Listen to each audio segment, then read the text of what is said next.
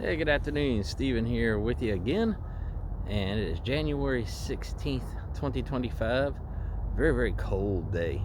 And I was just thinking about there's an announcement on the news that the Macy's in Philadelphia was closing up, and this was the old Wanamaker's department store. If anybody is familiar with the significance behind that place, is that it is home to probably one of the largest organ installations in the country.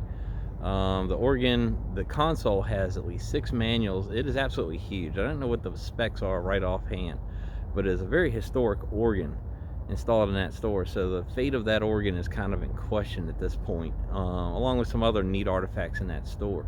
But I was just thinking about just sort of the demise of retail as a whole. I am standing what is sort of the remains of the Virginia Center Commons Mall, which opened in the early 1990s.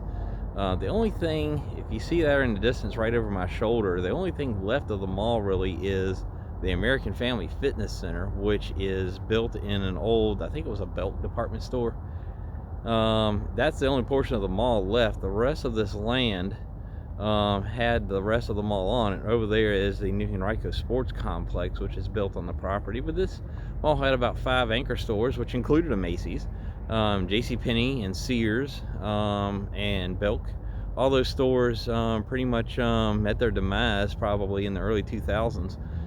And a lot of people blame online shopping for the loss of these retail establishments and why they're not around anymore.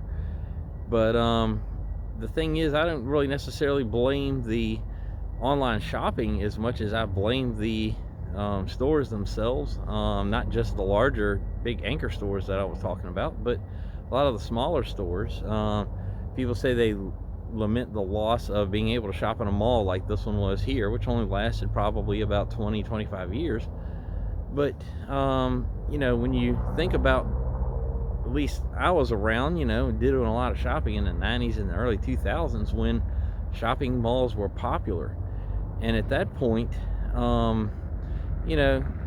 we think about the shopping mall and the experience of shopping back then wasn't really idealistic like it was when you think about, the Christmas shopping season and stuff, back probably 50, 70, back in the 1950s and 40s and ahead of that time but I remember coming out here, there were some rather large parking lots out here, but you still couldn't find parking. It was a hassle when you park on the outskirts, and then you walk a considerable amount to get inside on a cold day. You get in there were shoulder to shoulder crowds inside the building.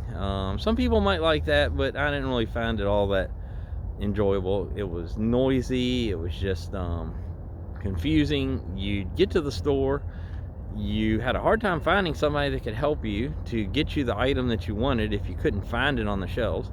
If you found it, then you'd have to stand in a long line trying to wait to check out. If you didn't find it, you had to wait around, find a clerk, which took a long time. They would tell you that they didn't have it. They probably wasn't going to stock it until after Christmas. Or maybe they might tell you that, another store across town might have it. Okay, so you fight and get back in your vehicle, you go to the mall, repeat the same process, and find out that store doesn't have it either. And then you come home empty-handed, tired, frustrated, and then the computer came about in the early 2010s. So you say, let's just check online and see, check that out, there's some places that have this, let me go ahead and order it, they can be here in a week. Why did I even hop in the car and go to the mall? That's right there is why this mall is gone. So to a lot of these retail establishments, if you want to survive in this world, you have to provide a better experience than you can get online. Have your stores stocked, have them staffed, get rid of the long lines, And if I turn around here a little bit, I don't know if you can really see it, but across from where this shopping mall was is a fairly thriving line of discount shopping places like Target, and plus some shoe stores, Dick's Sporting Goods, places like that over there. A lot of these places kind of survive in the discount era because people are looking for a basement bargain price. They don't necessarily care about the customer service or the quality of the product, so they sort of survive. But your your upscale places like this shopping mall had in it are all gone, because they were giving, you walk into Macy's expecting better customer service, and they're giving you a Walmart experience. And that's why Macy's is having problems now. But it's sad that, the landmark in Philadelphia is now in jeopardy because of bad store management. I'm just sorry to say that, but I wish this mall was still here, because it was kind of fun to go to. It was one of the highest grossing Radio Shacks that was in here. Radio Shack is gone too, but they had the biggest sales in the state of Virginia here.